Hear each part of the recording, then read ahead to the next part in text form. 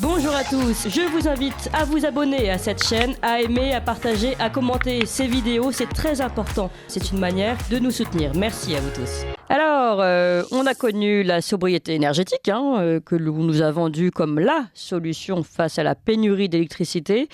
Pénurie dont on connaît les raisons principales. Aujourd'hui, on nous sert sur un plat d'argent la sobriété de l'eau. Puisque la pluie se fait attendre, un plan de sobriété de l'eau va être annoncé prochainement par le ministre de la Transition écologique Christophe Béchu. Selon lui, je le rappelle, l'été 2022 a vu les nappes phréatiques descendre à un niveau historiquement bas sans que l'automne ne vienne y remédier. Et toujours selon ses dires, le mois de février a été catastrophique. Le 27 février dernier, il a donc annoncé qu'il prendrait des mesures de restriction en s'appuyant sur les préfets. Je vous propose de l'écouter, c'était sur BFM. On a 2 mois devant nous, à peu près, pour espérer de la pluie, parce que c'est ce qu'on appelle la période de recharge des nappes phréatiques, qui s'étend jusqu'au milieu du mois d'avril. Mais ne pas prendre de mesures de restriction aujourd'hui, quand on voit l'état des nappes, quand on voit l'état des cours d'eau, ce serait totalement irresponsable. Donc j'ai demandé au préfet de ne pas avoir la main qui tremble, et département par département, de prendre les mesures qui s'imposent. Voilà donc pour des raisons, des responsabilités qui peuvent concerner directement notre gouvernement, rappelons-le, la sobriété revient au premier plan. Alors cette sobriété est-elle finalement souhaitable et surtout est-elle possible? Dans quelle modalité? Si l'objectif de sobriété paraît louable, n'est-ce pas également un moyen de contrôle de la vie des citoyens? Toutes ces questions, on la pose à mes 2 invités, Bertrand Alliot et Philippe Murer. Bonjour à vous 2. Bonjour. Bertrand Alliot, vous êtes porte-parole d'Action Écologie, association qui se veut une alternative à l'écologie politique. Et puis nous sommes avec donc Philippe Murer, ingénieur, auteur en 2013 avec Jacques Sapir de la note sur la Fondation Respublica sur les scénarios de sortie de l'euro. Et puis en plein dans notre sujet, comment réaliser la transition écologique, un défi passionnant aux éditions Jean-Cyril Godefroy. Alors Philippe Murer, je me tourne vers vous en premier. Selon vous, ces plans de sobriété qui sont sortis les uns après les autres, c'est quoi? C'est plutôt une bonne nouvelle qui est une forme de considération de l'environnement et de ses limites, ou vous y voyez autre chose derrière, notamment peut-être une volonté de contrôle de la population? La sobriété, la frugalité, ne pas gaspiller, c'est plutôt une vertu. En revanche, ce qu'on nous montre, ça donne plutôt l'impression d'être une volonté de contrôle de la population. Bon, je vous donne un exemple. Je suis un spécialiste des nappes d'eau, des nappes phréatiques, de l'hydrologie en France. Mais clairement, le mois de février a été sec, mais le mois de mars a l'air humide. Donc, il ne faut pas confondre les problèmes structurels et les problèmes de climat ponctuels. Il y a beaucoup de variabilité dans le climat, quoi. Et notamment sur l'énergie, qui est un sujet que je connais extrêmement bien. On nous dit qu'il faut être sobre. Il va falloir être sobre à l'avenir. Alors, il y a une partie de vrai là-dedans dont parle le gouvernement. C'est qu'en fait, l'énergie abondante, fossile et peu chère, c'est un peu terminé, quoi. Et là-dessus, le débat climato-sceptique, climato-croyant est un peu ridicule, moi, je trouve, parce qu'en fait, c'est même pas le sujet. Parce que de toute manière, il y a un truc qui les réunit, c'est le pic pétrolier. C'est-à-dire qu'on va manquer de pétrole dans les années à venir. A priori, c'est un horizon 2025-2035, même si les prévisions sont difficiles. Il y a énormément de signes qui le montrent. L'Arabie Saoudite qui investit à fond dans le solaire, oui. L'Arabie Saoudite qui dit qu'elle ne peut plus qu'augmenter sa production de 10% et après, ça sera terminé, les premières réserves de pétrole du monde. Le fait qu'il y a des articles d'experts de très haut niveau, d'anciens patrons de Total, de Technip, etc., qui parlent de pic pétrolier. Moi, un document de l'Institut français du pétrole que j'ai reçu, qui explique qu'effectivement, à l'horizon 2025, il y a des risques importants de pic pétrolier et en plus, d'autant plus qu'il y a une forme de sous-investissement qui va encore accélérer le phénomène. Oui. Et qu'est-ce qui se passe si on a un pic pétrolier? Il se passe quelque chose d'extrêmement grave parce que l'énergie, on l'a vu cette année, irrigue toute la société et toute l'économie. Et si un pic pétrolier, ça veut dire que les prix du pétrole vont multiplier par 3 parce que la production baissera et donc la consommation devra baisser et c'est les prix qui seront le facteur d'ajustement. Le gaz et le charbon augmenteront et ça fera un choc absolument énorme dans l'économie mondiale, dans nos vies. Et donc, il n'y a pas de, vous voyez, il y a vraiment une nécessité d'être sobre. Après, c'est comment on le fait. Il y a une nécessité d'une forme de sobriété sur les énergies fossiles et de passer peut-être à une autre forme d'énergie. Mais ça, je laisse la parole parce que je ne vais pas vous faire des tunnels. Alors, Bertrand Alliot, d'abord, est-ce que vous êtes d'accord avec cette nécessité d'une forme de sobriété et comment doit-elle être mise en place? C'est aussi toute la question qu'on va aborder ensuite. Je dirais, en fait, la sobriété, si vous voulez, normalement est apportée par les circonstances. C'est-à-dire que si vous manque de denrées alimentaires, d'énergie, d'électricité, ben vous allez devenir sobre par nécessité, en fait. Et le problème, c'est d'essayer d'organiser, en fait, une sobriété dans une société abondante, en fait. Ou alors d'organiser, je veux dire, la raréfaction des ressources alors qu'elles ne sont pas encore effectives. Et je pense qu'on est dans ce cas-là, en fait. On essaye d'être sobre alors que nous sommes dans des sociétés d'abondance qui restent quand même abondantes. On a parlé de l'eau, de l'électricité, du pétrole. Ce sont des ressources qui sont quand même toujours là. Alors, on peut faire on peut prévoir des choses, mais il faut faire attention à une sobriété, qui soit organisée et qui provoque ce qui est très connu en politique, en économie de l'environnement, ce qui est l'effet rebond, en fait. On va être sobre, on va économiser. Ça s'est vu, par exemple, sur les dernières études en Angleterre sur l'isolation des bâtiments, où on a vu en fait que ça ne changeait rien au niveau de la consommation d'énergie, puisque en fait l'argent économisé servait à augmenter par exemple la température moyenne des logements, et donc en fait on gagnait rien. C'est comme la politique anti-gaspi du gouvernement. Faire une politique anti-gaspillage dans une société d'abondance, ça ne marche pas. Pourquoi? Parce que simplement le gaspillage est impliqué par le fait que par l'abondance, et donc si vous voulez, c'est un vœu pieux de vouloir organiser d'être sobre alors que nous avons tout ce qu'il faut. Et donc le problème, c'est ça. Je pense que pour être sobre et véritablement sobre, il va falloir organiser cette pénurie. C'est pas qu'elle est là, c'est qu'on l'organise. Et donc, effectivement, on est peut-être dans ce que vous disiez au début. Est-ce qu'on est dans un contrôle ou une organisation de tout ça, un contrôle des populations, et que le problème n'est pas si présent que ça? C'est une question qui se pose, en fait. Pour l'eau, je suis d'accord avec Philippe Murer. Je ne crois pas que ce soit un gros problème, surtout en France, parce que l'eau est quand même abondante de façon générale. On n'est pas l'Espagne. Il peut y avoir des problèmes ici ou là. Que ce soit un problème structurel, ça serait un peu étonnant. Et sur d'autres éléments, comme le pétrole, c'est vrai qu'on peut se poser des questions. Il y a eu un sous-investissement. Ce sous-investissement de recherche, en fait, pétrolière. Donc, si ça se trouve, on peut trouver ça. Il y a un débat entre les experts. Certains experts disent qu'on n'arrive pas pétrolier, d'autres disent pas du tout. Vous avez reçu Furfari sur ces questions. Sur votre antenne, il dit qu'il y a des réserves, seulement il faut aller les chercher quand même. Voilà ce que je pourrais dire. Mais c'est intéressant ce que vous dites sur l'eau, de tous les deux, en fait. Vous êtes d'accord pour dire aujourd'hui, il n'y a pas d'urgence sur l'eau, on n'est pas dans une situation catastrophique de pénurie, donc on a quand même un discours qui est un peu discordant, justement, un peu en décalage par rapport à une réalité. On est bien d'accord là-dessus, Bertrand Alliot? Disons, alors l'eau, c'est toujours pareil, c'est un bien, il peut y avoir des problèmes ici ou là, on peut prendre des mesures pour, voilà, mais qu'il y a un problème global et que ce problème dure, en fait, on parle de plan de sobriété pour la France, quand même, là. Oui, exactement. Alors peut-être que c'est nécessaire dans certaines régions, etc.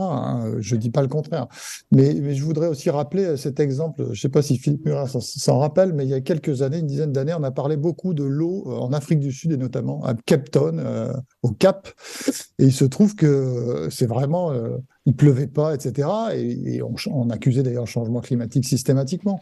Depuis, on n'en entend plus parler, alors le changement climatique a dû disparaître, vous voyez, et donc la pluviométrie est revenue à des régimes normaux, en fait, et donc on n'en peut plus parler. On sent bien que le gouvernement s'amuse à jouer sur les peurs, il l'a fait avec le Covid, il le fait systématiquement, et c'est un jeu. Et vous en avez parlé de nombreuses fois dans les émissions sur Radio Courtoisie, et là-dessus, on sent, sur l'eau, qu'il y a aussi une volonté d'activer les peurs, quoi. Ça va au-delà au-delà de la volonté de sobriété qui peut être nécessaire, effectivement, dans les Pyrénées-Orientales où il y a un vrai problème. Mais c'est pas un problème apparemment global. Et moi, je suis passé en train, je peux vous dire que j'ai vu beaucoup de zones inondées, notamment en Bourgogne. Donc, c'est pas un phénomène général, quoi, en fait. Et dans les Landes également, hein, je vois toujours des zones inondées. Allez, on continue de parler de ces plans sobriété et de ce qui se cache derrière, même si on peut vouloir la sobriété que désire vraiment le gouvernement. C'est aussi notre sujet de table ronde. On continue d'en parler avec nos deux invités, Philippe Murer, Bertrand Alliot. Mais il est 8h01 sur Ligne Droite et c'est l'heure des informations avec Adèle Rosner. Ligne droite. Je suis pour, je suis contre, pour, contre. La table ronde. Notre table ronde qui s'intéresse aujourd'hui au plan de sobriété. On nous a évidemment imposé la sobriété énergétique et puis désormais on nous annonce cette sobriété de l'eau, des mesures de restriction qui s'appuieraient sur les préfets qui ont été annoncées le 27 février dernier par le ministre de la Transition écologique Christophe Béchu. Pour en parler, nous sommes toujours avec Bertrand Alliot, porte-parole d'Action Écologie, et Philippe Murer, ingénieur et auteur notamment de Comment réaliser la transition écologique, un défi passionnant aux éditions Jean-Cyril Godefroy. Alors, pour vous deux, quelques éléments qu'on a ici, dont qui est assez amusant, faut le dire. Alors, le think tank The Shift Project, qui est cofondé par Jean-Marc Jancovici, voit pour lui, évidemment, la question des énergies comme étant principale. Les 16 principaux exportateurs de pétrole vont devoir drastiquement baisser leurs exportations de pétrole d'ici 2030, faute de ressources. Concernant le gaz, les choses pourraient se compliquer pour l'Europe dès 2025. Ça confirme un peu vos chiffres, Philippe Murer. Le GIEC, lui, a publié un rapport le 28 février 2022 pointant 4 difficultés principales en Europe. Vague de chaleur, diminution de rendement agricole, pénurie d'eau. Un tiers des populations, selon eux, vivant dans le sud de la France, pourraient être privées d'eau d'ici la fin du siècle. Et puis le problème des inondations. Et puis alors on a un site, le site Les Éclaireurs, qui a publié un article le 14 mars appelant à tirer moins la chasse d'eau, voire à repenser notre rapport à l'urine en l'utilisant par exemple comme engrais. Alors, des idées qui sont lancées par certains éclaireurs pour une nouvelle forme de sobriété. Et c'est aussi une question que je me pose, c'est-à-dire on parle vous l'avez dit tout à l'heure, Bertrand Alliot, la sobriété est difficile à imaginer quand on est dans une société d'abondance. En même temps, c'est vrai que moi, j'ai eu beaucoup de personnes qui m'ont dit que cette histoire de tirer une chasse d'eau avec de l'eau potable, par exemple, peut paraître complètement fou dans d'autres pays et qu'il y a peut-être quand même des choses à repenser de ce côté-là. Est-ce que finalement, on ne se trompe pas aussi de combat ? Est-ce que finalement, on ne devrait pas commencer aussi à limiter certaines choses comme les 4 écrans ou 5 écrans que nous avons tous branchés, connectés chez soi, avant de mettre en place des interdictions fortes sur notre mode de vie? C'est aussi la question qui se pose, Bertrand Alliot. Oui, alors il y a... mon problème, c'est toujours le même.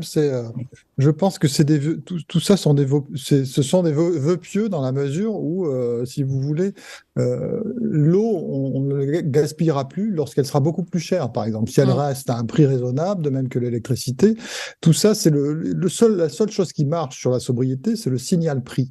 Alors, soit il est augmenté artificiellement, soit c'est les circonstances qui font que ces prix augmentent. On le voit avec le gaz, ça peut être le cas avec l'eau, mais ça m'étonnerait que ce soit le cas, mais on verra bien. Donc, il n'y a que ça qui marche, si vous voulez.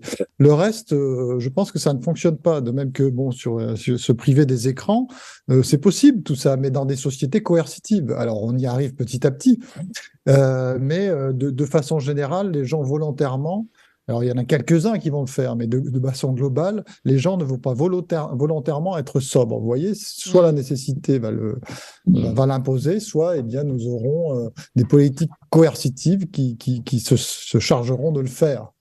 Avec des politiques coercitives, Philippe Murer, qui en plus parfois tombent à côté de la plaque concernant ces vraies mesures environnementales. Je suis d'accord, mais surtout, en fait, je vais vous dire, moi je pense qu'on ne peut pas faire de la philosophie sur l'écologie sans rentrer dans le détail, parce que c'est un sujet technique, l'écologie. Par exemple, quand on parle de sobriété énergétique, ça veut dire qu'on n'a plus d'énergie. Alors c'est vrai qu'on va avoir des problèmes sur le pétrole. et que les sujets sur les énergies fossiles, changer de source d'énergie, ça prend 20 ans.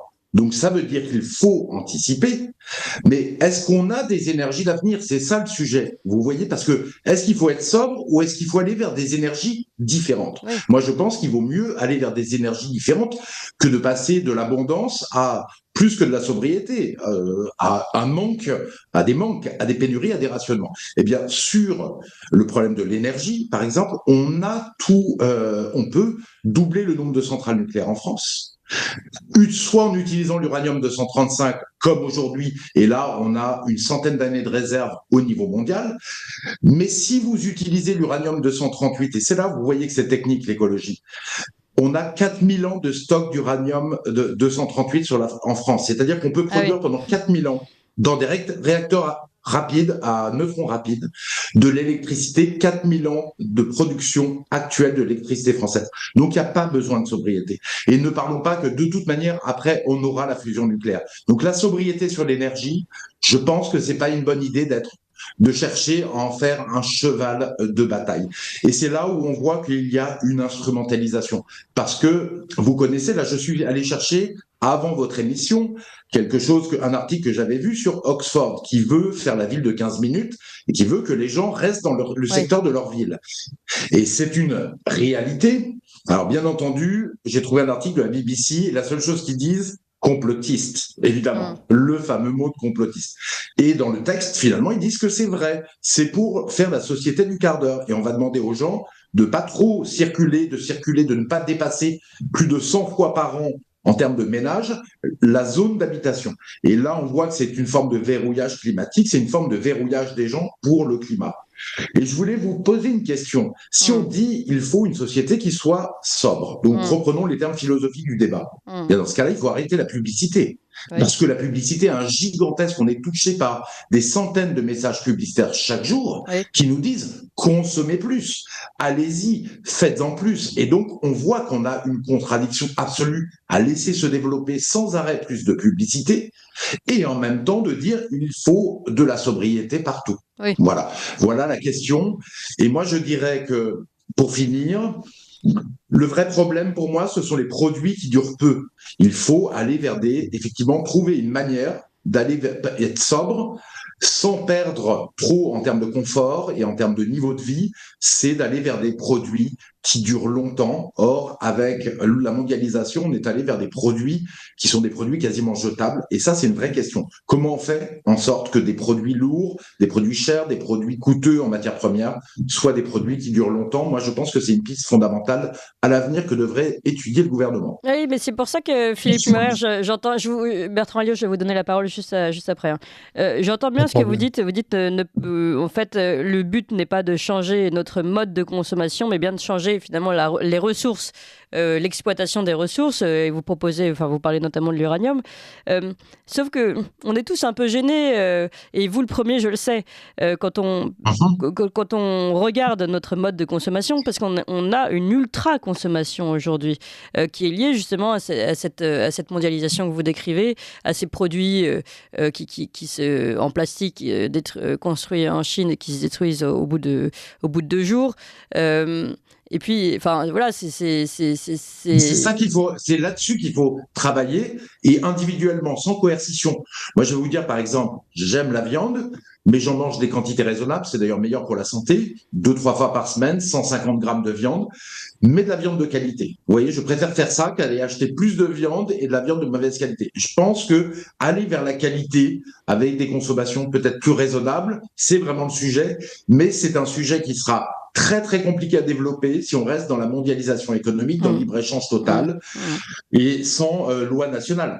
Et ça doit se faire de toute manière au niveau national. Le délire mondialiste, qu'on va le faire au niveau mondial, alors qu'on a des cultures comme la culture chinoise, indienne, française, d'Amérique du Sud, qui n'ont absolument rien à voir, c'est absolument grotesque, je pense. Et c'est pour ça que je disais que tout à l'heure, on a cette impression que le gouvernement, finalement, est à côté de la plaque, pardon pour cette expression un peu vulgaire, mais on a l'impression l'impression qu'on vient nous embêter, nous Français, avec des plans de sobriété énergétique, des plans de machin, pas le droit de mettre plus de 19 degrés, etc. Et puis d'un autre côté, on signe de plus en plus de contrats, CETA et autres. On est de plus en plus dépendant de la Chine. Donc en fait, tout ça manque totalement de cohérence, Bertrand Alliot. Oui, c'est vrai. Alors, ça manque un peu de cohérence. Moi, je suis pas sûr que ce soit dû à la mondialisation. Encore une fois, il y a une production au niveau mondial, il y a des échanges. Aujourd'hui, on n'est plus il y a quelques siècles. Les déplacements se font beaucoup plus facilement, ils se font très peu cher, donc empêcher des possibilités quand on peut faire quelque chose facilement, on va le faire. Moi, je voulais revenir je suis assez d'accord sur la durée de vie des appareils, mais ce qui est assez fascinant dans la politique du gouvernement en ce moment, c'est à quel point ils mettent en place des politiques écologiques qui sont complètement dispendieuses, notamment sur la durée de vie. Alors, il suffit de parler du nucléaire, évidemment, puisqu'on a voulu réduire la durée de vie des centrales nucléaires, oui, donc des infrastructures qui existaient, on a voulu les détruire. Et donc ça s'appelle de l'organisation de l'obsolescence programmée. De même sur les véhicules à moteur, par exemple. Oui. Nous avons des véhicules parfaitement fonctionnels. Moi, j'ai une Fiat 500, elle vient d'avoir 13 ans là, cette semaine, je suis très fier. Eh bien, je suis persuadé qu'elle peut durer encore 10 ans, mais on va me forcer à changer, parce que c'est une essence, à mettre un moteur électrique ou je ne sais pas quoi. Donc, vous voyez à quel point ces politiques sont complètement débiles d'un point de vue écologique, de même que mettre des éoliennes et des panneaux solaires absolument partout. Ça, on sait aussi que c'est extrêmement dispendieux. On va avoir besoin de plus en plus de matières premières. Et voilà. Oui, mais surtout aussi de matières premières pour faire. On peut repartir sur. Les terres rares. Et puis les durées de vie des éoliennes sont quand même assez faibles. Les panneaux solaires, c'est pas du tout terrible. En plus, ça produit pas grand-chose, mais en plus, il y a tout ça. Et puis le panneau solaire et les éoliennes obligent à mettre en parallèle des usines de production de charbon, oui, effectivement, ou du nucléaire d'ailleurs. Enfin, d'autres. Ce que je veux dire, c'est qu'au lieu d'un système, on en met deux de façon parallèle. Vous avez à la fois chez vous une voiture à moteur, disons, et puis à côté, vous avez un char à voile quand il y a du vent. Vous avez deux biens matériels pour la même chose, en fait. Voilà le système un peu. Voilà. Oui, donc, c'est ça qui est fascinant. Si je peux faire une proposition. Oui. Si je peux faire juste une proposition, et pour montrer qu'il y a des choses simplissimes en écologie que le gouvernement ne fait pas. Sur les produits qui durent longtemps, comme l'électroménager ou des produits très usuels, eh bien que le gouvernement fasse tester par un organisme public ou un organisme privé certifié la durée de vie des produits et l'affiche, parce qu'on sait faire ça. Et l'affiche, quand les gens vont acheter dans les magasins un frigo, eh bien qu'ils sachent si le produit est fait pour durer 5 ans, 10 ans, 20 ans, 30 ans. Eh bien, je peux vous dire que faire une mesure comme ça, qui est simplissime, qui ne coûte pratiquement rien et qui n'est très peu contraignante, va déjà beaucoup changer notre consommation de produits. Voilà. Et on peut l'étendre à pas mal de produits. Bien entendu, ça va être compliqué de le faire pour tous les produits de la vie courante, mais sur les produits les plus importants, on peut faire beaucoup avancer les choses. Et c'est tout à fait dommage qu'on n'aille pas dans le sens de ces mesures concrètes et qui ne posent pas de problème pour la liberté des gens. Oui, mais Philippe Murer, mais juste à ce sujet, reste toujours, c'est un peu la même question que la qualité de la viande qu'on peut avoir. Aujourd'hui, le problème, c'est qu'il y a une concurrence déloyale entre le poulet fermier élevé en plein air et qui contraint toutes les normes françaises plus européennes, donc français, et puis celui qui va arriver de Nouvelle-Zélande ou je ne sais trop quoi, et qui n'aura ni eu ces contraintes, ni la charge sociale que nous avons en France, etc. etc. Donc le problème, c'est que le consommateur, il y a l'étiquette, mais il y a aussi le prix, et surtout en ce moment, on sait très bien que ça peut jouer aussi. Si vous n'avez pas de problème d'argent, les gens qui n'ont pas de problème d'argent, généralement, n'ont pas trop de problème d'argent, notamment pour la nourriture, ils achètent français, notamment pour la viande, qui est d'une quand même extraordinaire qualité en règle générale. Oui. Mais si vous avez des problèmes d'argent, effectivement, eh bien là, vous êtes obligé d'acheter, en fait, finalement, de plus en plus de la malbouffe. On va vers la malbouffe et ça montre tout le problème, c'est qu'on ne fera pas une société écologique non plus si les gens n'ont pas d'argent. Si les gens n'ont pas d'argent, ils vont acheter les produits les moins coûteux et donc les produits les moins chers, parfois les fabriqués écologiquement avec les normes les plus basses ou de moins grande qualité environnementale en termes d'alimentation. Donc voilà toute la problématique. L'écologie, elle peut se faire dans un pays qui s'enrichit. Un pays comme la Suisse, c'est un pays très écologique, ou comme la Suède, qui sont des pays riches, mais elle doit se faire à la fois en respectant la liberté individuelle et avec un minimum de structure et de planification d'État. Donc c'est un problème complexe, c'est très clair. Oui. À cette question, Bertrand Alliot. Je me rappelle plus de la question. En fait, c'est toujours sur le problème du choix du consommateur aussi, parce que si on ne contraint pas le consommateur à aller consommer plutôt sur un produit plutôt que sur un autre, il peut aller tout simplement vers la facilité, vers le moins cher, et donc ne pas forcément aller vers une production qui respecte une forme de sobriété, de qualité. Oui, c'est vrai. Je sais pas, je doute un peu de ce qu'on peut organiser sur cette question-là. Je sais pas, mes grands-parents étaient, je pense, assez pauvres. Je pense qu'ils mangeaient bien, vous voyez. Donc, parce que c'était des productions locales et puis voir leur propre production. Donc, on peut être aussi pauvre et mieux consommer. Après, voilà, je serais peut-être pour une réforme de certains programmes éducatifs. Je crois qu'on a trop la tête dans les livres, etc., et qu'on pourrait apprendre aux enfants, mais avec des actes très concrets. Pour manger moins de viande, par exemple, je pense qu'une des solutions, c'est de tuer, par exemple, ce qu'on mange. Un programme d'école qui intégrerait, par exemple, le sacrifice des poulets ou des lapins, je trouverais ça très, très intéressant. Non, mais c'est vrai. C'est ce que vivaient nos arrière-grands-parents, et ils savaient, du coup, la valeur des choses. En fait, on n'apprend pas la valeur des choses dans les livres. On l'apprend parce qu'on doit les payer ou on doit souffrir pour les obtenir. Et ça, ce sont des programmes éducatifs qui bouleverseraient, personne n'en parle, qui seraient d'une utilité formidable, je trouve. Parce qu'aujourd'hui, on est trop dans le virtuel, en particulier les enfants. Qui a appris à dépecer un poulet ou un lapin, je crois. Pas grand monde. Ça fait beaucoup rire Philippe Murer. Je pense que vous n'allez pas qu'il faut chez les bobos, Bertrand. C'est pas grave. Demander aux enfants d'aller dépecer les poulets, tuer les poulets. Je pense que vous allez vous faire beaucoup d'ennemis chez une certaine. Il faut une cohérence parce que si on en mange, en tout cas, il faut accepter de les sacrifier d'aller. Donc apprendre à lire, écrire, compter. Tuer un poulet, je pense que ça doit être le prochain programme scolaire.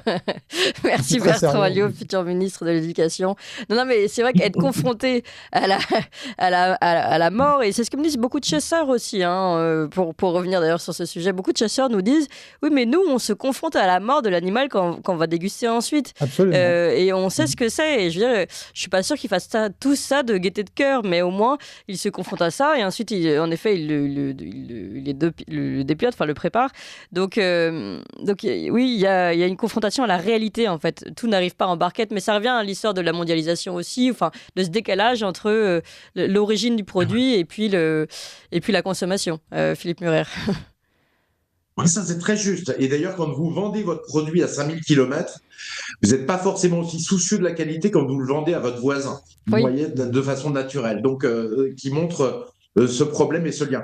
Mais vous voyez, moi je pense que les gens, quand même, après ils ont leurs contraintes budgétaires, d'argent, mais les gens ont quand même naturellement tendance à essayer de faire attention au niveau écologique. Il y a quand même une volonté de faire attention. Après, il faut trouver les bons gestes.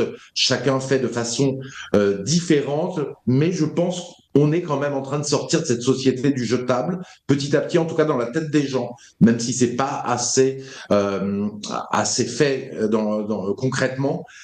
Et je pense qu'il y a quand même de l'espoir, quoi. Les gens ont envie de reprendre des pratiques saines, de racheter des produits durables.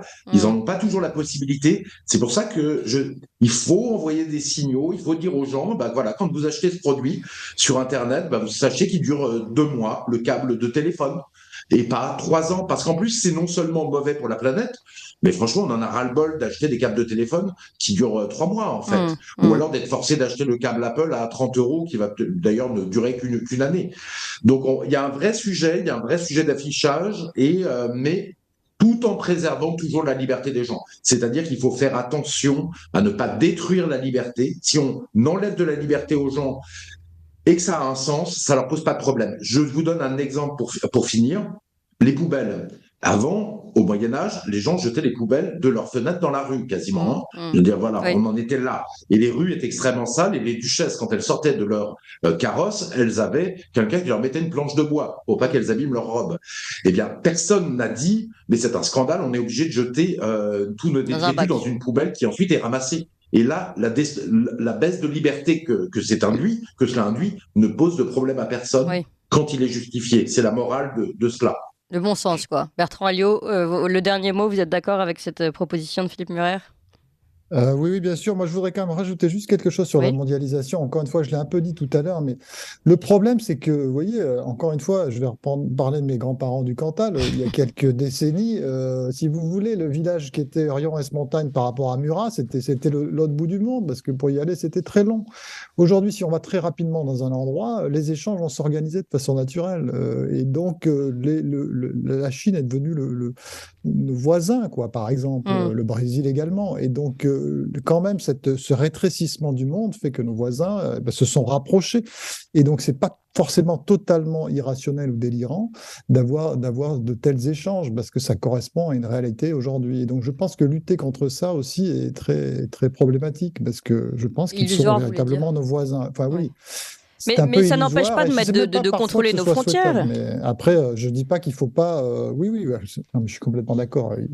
Mais je voudrais quand même insister là-dessus. Il y a quelque chose qui n'est pas si facile que ça. Oui, vous dites, en fait, tout ce qui est désormais facile pour nous, c'est difficile de rétrograder, on va dire, d'une certaine façon. Absolument. Tout ce qui est facile, nous le ferons. Tout ce qui est pas cher, nous l'achèterons. Point. Donc, c'est pour ça que je dis que le plus important, c'est plutôt l'adaptation aux circonstances. C'est ça qui fait les véritables changements. Les changements sont dus à une adaptation à des réalités matérielles et concrètes. Donc, une adaptation aux circonstances. Si les circonstances sont bonnes... On n'est pas d'accord. C'est que moi, je pense que l'avenir, nous pouvons le choisir, et vous pensez que l'avenir, finalement, nous devons nous adapter juste au poids des technologies qu'on crée. Moi, je ne pense pas. Vous voyez, je pense qu'il y a un vrai sujet sur la publicité qui est envahissante et qui pose des problèmes parce qu'elle formate les citoyens. Est-ce qu'on continue à avoir une publicité qui se développe avec de plus en plus d'heures, de plus en plus d'affichage partout? Vous allez au Liban, par exemple, il y a un affichage tous les 50 mètres sur les autoroutes. Je ne pense pas que ce soit une bonne chose, et il faut aussi quand même que les citoyens décident de leur avenir. Et d'ailleurs, plutôt que ce soit les gouvernements, pourquoi pas faire des référendums sur ces très grands sujets, vous voyez, sur le choix de l'énergie du futur, éolienne, solaire ou plutôt nucléaire. Eh bien, un grand référendum citoyen, avec les citoyens qui tranchent, c'est une façon de choisir notre destin. Quant à la mondialisation économique qui est impossible, bien sûr, vous avez raison en partie, Bertrand Alliot. La mondialisation est faite, à partir du moment où on a inventé l'avion, on a inventé la mondialisation d'une certaine manière, pour donner une image simple. Mais les produits qui se baladent sans aucun droit de douane, ça accélère la mondialisation. Si vous remettez des droits de douane en fonction de la distance, par exemple, avec la Chine, eh bien, vous allez vous retrouver avec un freinage de ces importations, exportations de produits tout azimut, et tout le monde va y bénéficier. On va avoir des développements d'économies plus auto-centrées, plus local, et on en bénéficiera tous, c'est mon avis. Et peut-être que pour vous mettre d'accord, et ce sera vraiment le dernier mot de Bertrand Alliot, c'est peut-être faire la distinction finalement entre une mondialisation économique et puis une mondialisation politique. En fait, on est finalement soumis à la mondialisation économique qui de fait existe et qu'on ne pourra pas nier. En revanche, on n'est pas obligé d'appliquer un plan de mondialisation politique et on peut défendre les intérêts des Français. Bertrand Alliot. Oui, bien sûr. De toute façon, un État ou un groupe d'individus doit toujours défendre ses intérêts. Ça, je ne dis pas le contraire. Et je ne dis pas qu'il ne faut pas mettre des doses de protectionnisme, etc. Bon, ce n'est pas tellement ma spécialité, de toute façon. Mais je ne suis pas dans je rappelle simplement ces évidences. Et aussi que nous avons aussi intérêt parfois à exporter, par exemple. Donc, c'est évident que voilà, si le voisin fait les mêmes règles... eh bien, on peut aussi souffrir de certaines situations. Donc, voilà.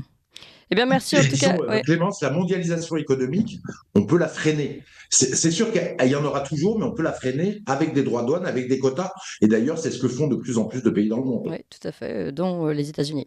Merci beaucoup, Philippe Murer, Bertrand Alliot, porte-parole d'Action Écologie, Philippe Murer, ingénieur et auteur notamment de ce livre « Comment réaliser la transition écologique ?» un défi passionnant aux éditions Jean-Cyril Godefroy.